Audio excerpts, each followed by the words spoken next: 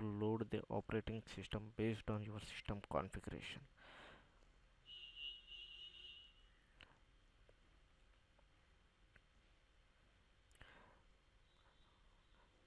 Thank you for watching my video. If you like the video and my effort, please subscribe to my channel and share it to your friends and ask them to subscribe. Thank you.